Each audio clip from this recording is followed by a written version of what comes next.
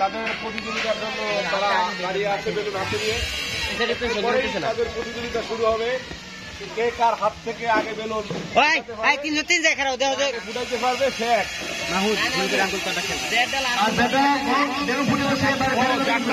টিকা থাকবে। বেলুন কই, বেলুন কই, বেলুন কোথায়?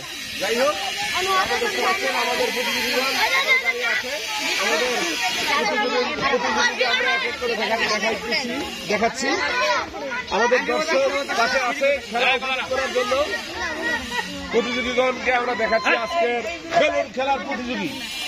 আপনারা দেখতে পাচ্ছেন এই একটু পরেই খেলা শুরু হবে। তো